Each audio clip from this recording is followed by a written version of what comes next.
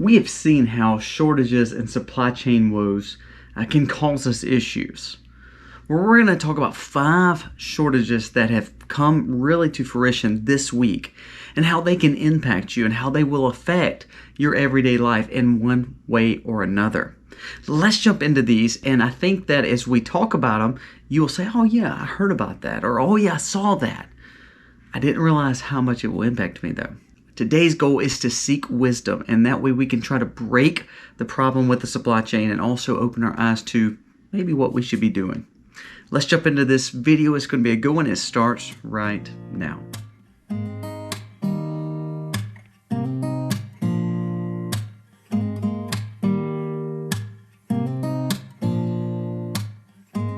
Hey guys, you can see I'm not back on farm quite yet.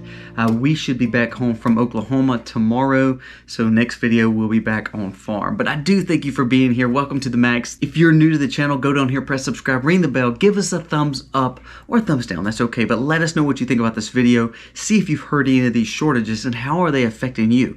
Let us know in the comments what your thoughts are on them and how you can help, because our goal is to grow as a community, and when people read your comments, they're gaining wisdom not only from the video, but from the words that you are speaking as well. So let's jump into this content today. 5 shortages that will affect you one way or another.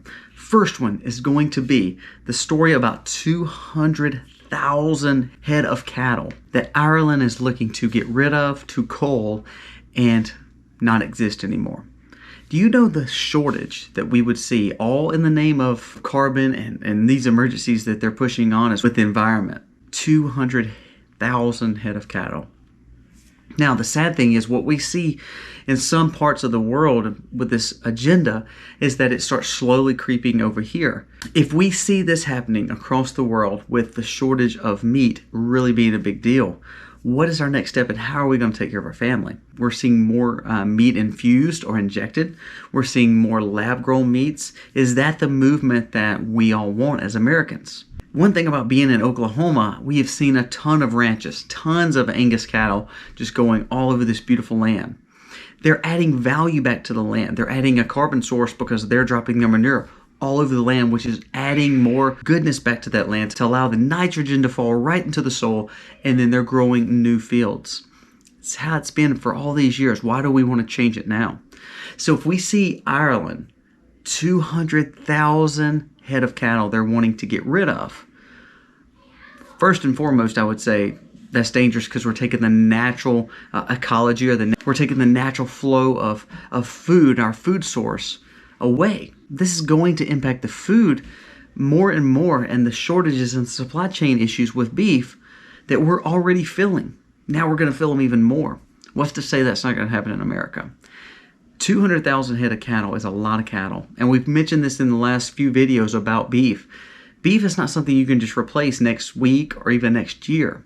A herd of cattle needs to grow. It's going to take 2 to 4 years to get those steer back up, ready for market, ready for processing.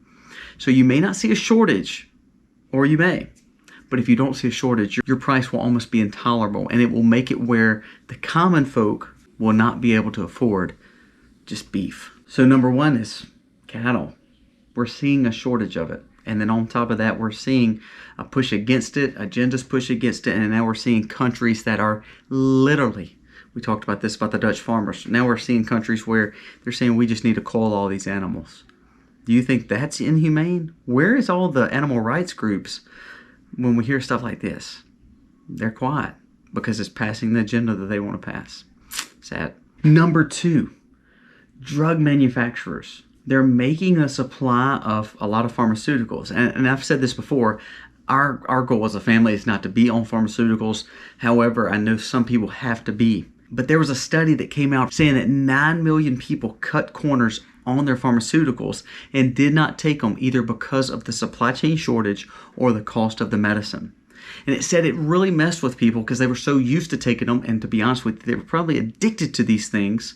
And all of a sudden, because of the shortages and because of the supply chain, it's made people cut corners and not take what they needed. So a few things about this.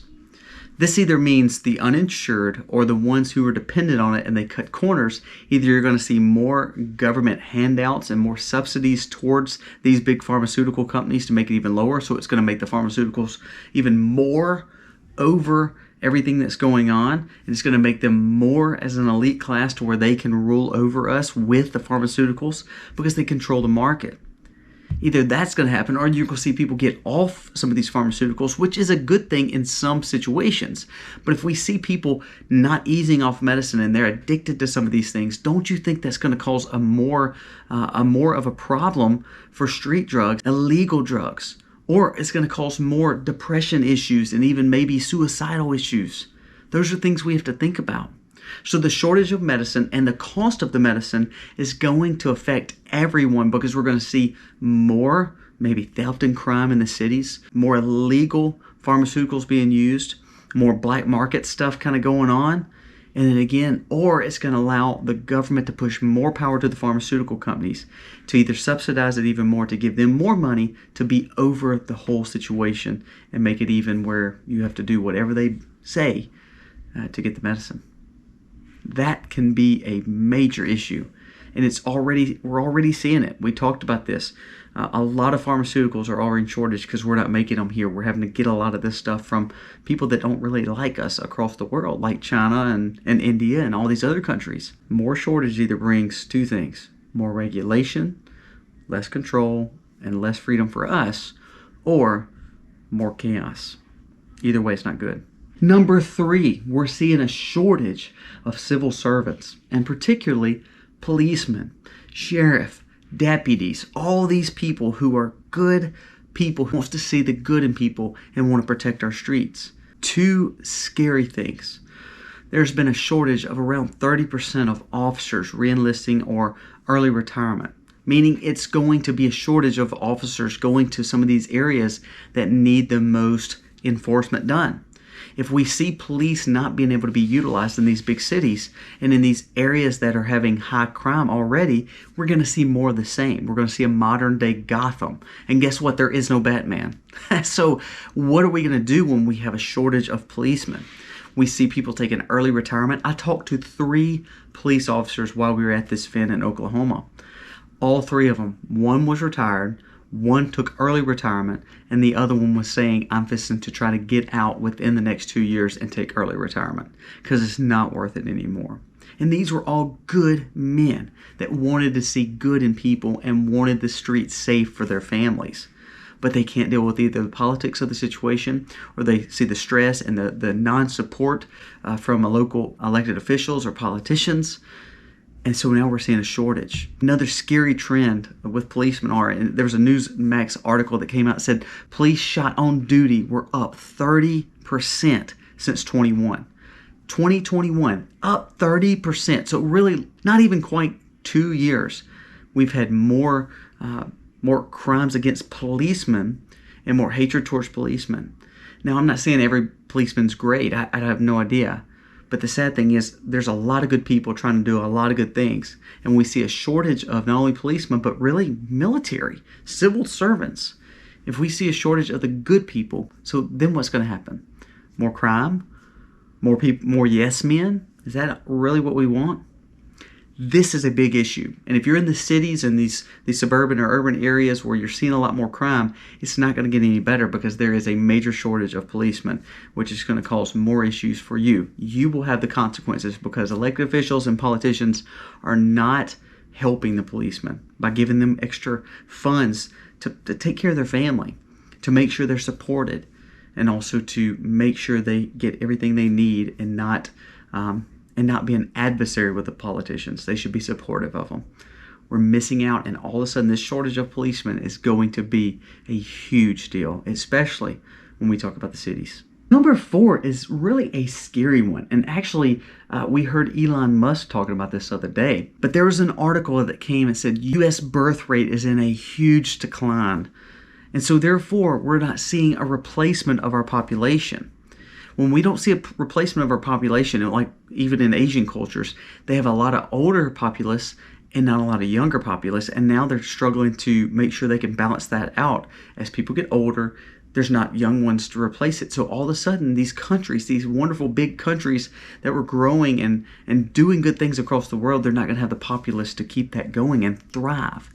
Well, America is on that same trajectory. We lost the care of being a family. We've taken the value of a man out of the home. That agenda has been very successful against the family. And one thing is the birth rate. Here's the excuse. Either we won't work, we want our own selfish ambitions, or we don't see a need in having children because it costs too much. All that is just pure selfishness. No offense. But everyone should be raising a family correctly. And if when we raise a family correctly and we raise our children, we are going to impact more people because these kids were raised right, and we're bringing up the next leaders of America. If we don't see the birth rate go back up, I'm scared we're going to be like a lot of these other countries, and we're going to see a major issue. Think about this. If people are not having children, and those children are not growing up and contributing to society, and the older population gets older, we all get older, I'm getting older, what happens? You know, we think about Social Security and Medicaid and Medicare, all this tax money that's supposed to be paid in to cover the older. They can't, because there's no younger class working anymore. There's no younger group of individuals. There's no big generation push to see a thriving economy. And so therefore their tax basis may be lower then. So who's going to take care of the elder at that time? Social Security and Medicare is already struggling. Our veterans have lost so many benefits. So by not having a strong birth rate, what we're going to see is more problems with the older class, and it's going to cause more dependence on the government, which makes the government even stronger, and again, less freedom. Now, I don't know if all these are agendas, but that's a big deal. So if we keep causing more expense on the family, we keep downplaying the value of a father and mother and home, and raising a family with core values and morals, I believe we're going to see an effect of a low birth rate that's going to cause catastrophic issues later on with us not having kids. It actually came up in 2020. I guess because everybody was home. I don't know. But we're seeing a downward trend that I think if we don't start figuring that out and start, praising families and the family unit again, I'm scared of what's going to happen. One thing about the prepper and the homesteader community that we're part of, we see the nuclear family, we see the value in that, and we see the value of having children. It's one of the biggest joys of our lives. Not only that, it's a way that we can be good stewards because God's given us the ground to work, all the smarts to try to prep and to be wise in that. But also also stewardship comes with our children, raising them in a way that is pleasing to see a new generation coming up to help take care of the world. Lastly, number 5, one we've talked about a lot, but I want to bring a little bit more attention to it. Biden just closed again more leases with oil and gas. We're already in a shortage and a supply issue. Your fuel has not went down. I've been paying anywhere from $3 to $3.50 for gas that's ethanol based, and then non-ethanol almost $4, even in the Midwest, not even in these big cities. It's going to go up. OPEC just came out and said they may even cut supply again. So if we see the manipulation of oil and gas, and we see the fact that people are already struggling with money because they can't pay for things, do you honestly believe this is going to make it better by cutting more leases? Think of the amount of jobs that the oil field supplies for the American economy. I mean, this is one of our biggest backbones, and we were able to have some independence there with our energy and with the surplus that we've been blessed with right on our earth. But because we are stopping that, we're going to make more dependency on a grid that's failing and is having major issues, or it's either going to make us buy this fuel at a premium from countries who don't care about us. So therefore, it's a lose-lose. All these 5 situations, every one of these situations with the shortages that affect you can be fixed just like that. And all it takes is a supportive government to support its people. People should be the ones in charge of the government making those things happen. The whole purpose of America was the freedoms. When we see these things like in shortage and supply chain issues happening, most of this is caused by our own self, by implosion, versus actually trying to do well for the American people. So kind of like the debt ceiling issue that just went on, these politicians need backbones. And they need to stand up for the people that they're elected to stand up for. instead of kowtowing to every lobbyist in Washington. Because what happens is shortage, supply chain issues, it doesn't affect them. It affects people like the normal American worker, and that's going to cause an issue. Less money, less independence, less freedom means more power and control by people who may not be thinking like us. So what I would challenge you to do, look at these shortages. Understand that beef is a big deal. I talked about buying in bulk last video. Go check it out, especially beef. Beef was one of those topics. How can we look at alternative energy? How can we look at fossil fuels and how we can stockpile those? Do you have some propane tanks put up? Do you have some extra gas put up? Things like that matter. Think about the birth rate. Think about how dangerous it is when we don't see a generation coming up. And the generation we have now is almost lost because of all the junk that's been taught to them by not having core values and morals. So right now, how you can help the birth rate, you can be a better father and mother to your children and let them understand the value of family. Without family, the structure of America will break down. Yes, we need to be all pharmaceuticals, absolutely. Our goal is to believe in herbal remedies. You better think about getting some books about herbal remedies and foraging, and also having some emergency pharmaceuticals on hand. Look at places like Jace Medical. It's great. But don't depend on that. Learn to have a holistic diet. When you have a holistic diet, you're eating everything you're supposed to eat with proteins, carbs, and oils.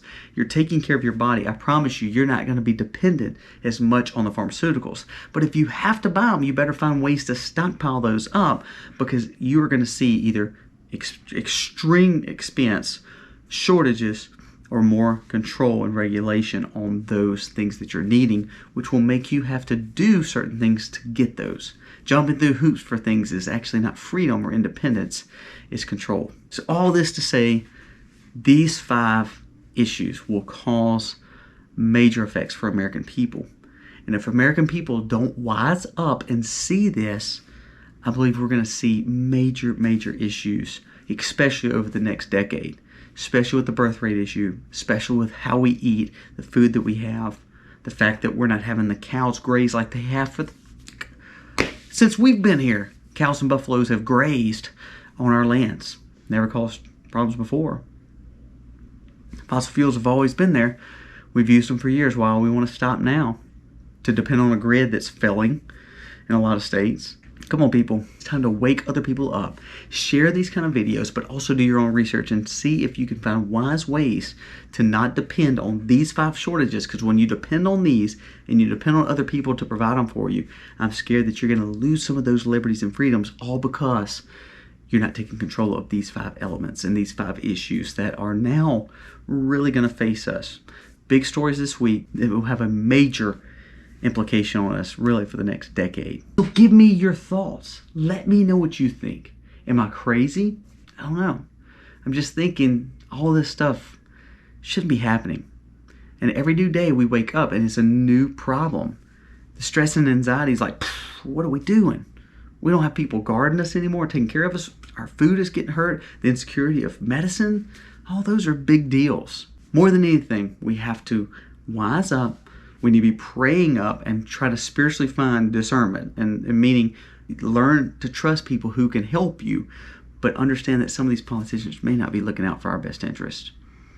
Like the debt ceiling. I keep bringing it up because, man, I'm telling you, that was a disappointment.